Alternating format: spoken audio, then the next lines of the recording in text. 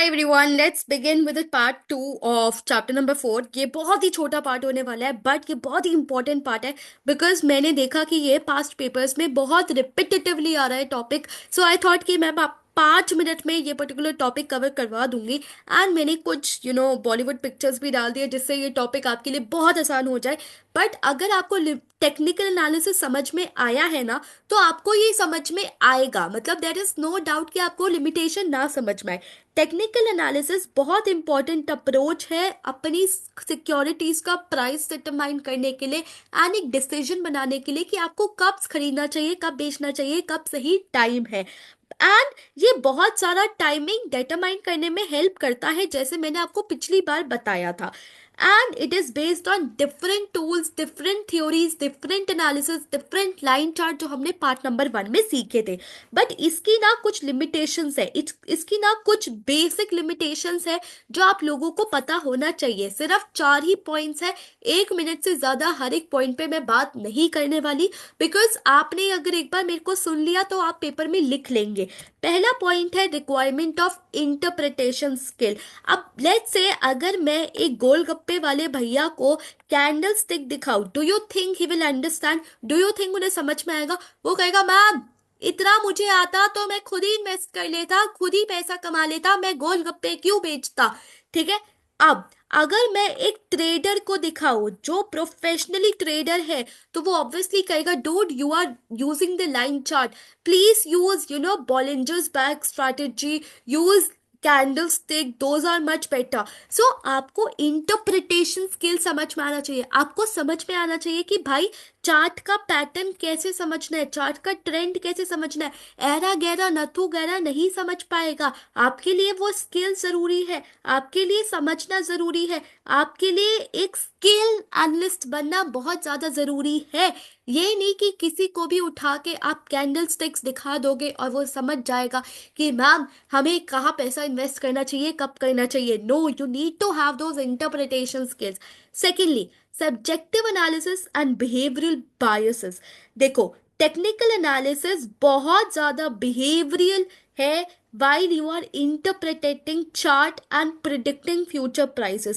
For example, let's say मैं बोलूँ कि मैम रुचि ना बहुत ही ओवर कॉन्फिडेंस बंदी है, बहुत ही ज्यादा ओवर कॉन्फिडेंस बंदी है, उसे जरा सा 1% भी हिंट मिल जाता है वो पैसा इन्वेस्ट करने चली जाती है, कंसिडरिंग वो किसी की भी नहीं सुनती।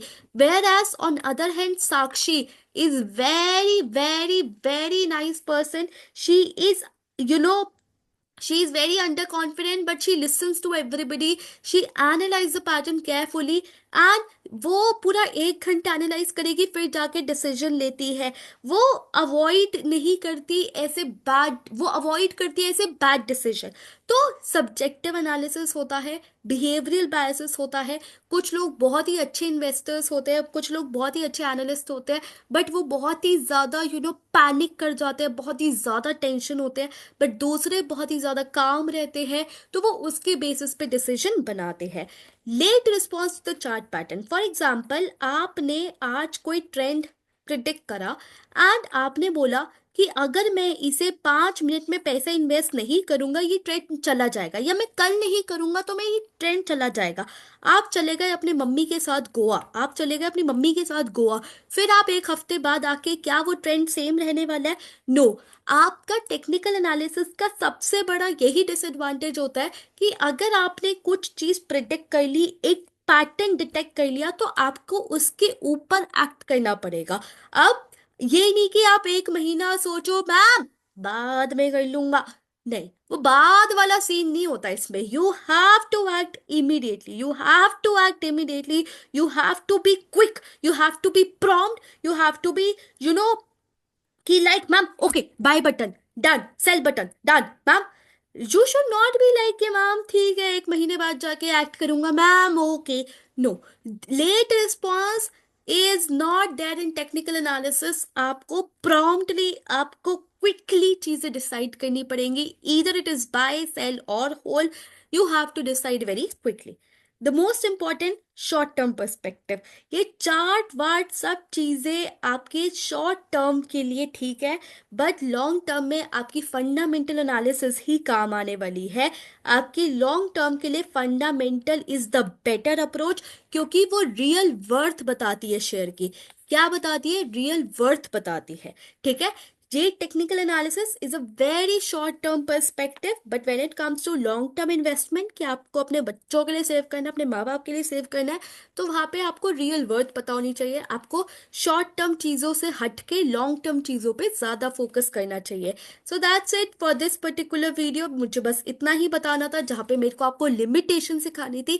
एंड आपको अगर ये चार चीजें क्लियर है, तो आपको कुछ भी उस पर्टिकुलर पैराग्राफ में अपने अकॉर्डिंग अपने वर्ड्स में लिख सकते हो। बस you need to have these headings: requirement of interpretation skills, subjective analysis, late response, and short term perspective. In the next part we will do do's and don'ts of investor.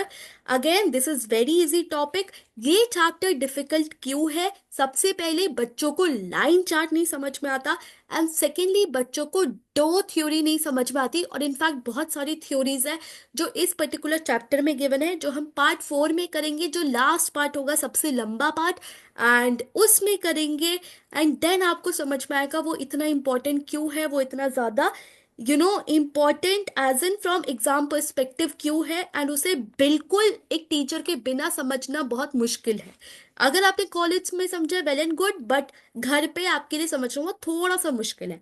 In the next part we will do dos and don'ts of a investment. Very easy topic, वो भी 5 minute में हो जाएगा। But please guys, ये एक straight 5 marker आ सकता है, आपको आंसर पता होना चाहिए। So that's it for this particular part. Thank you so much, have a great day.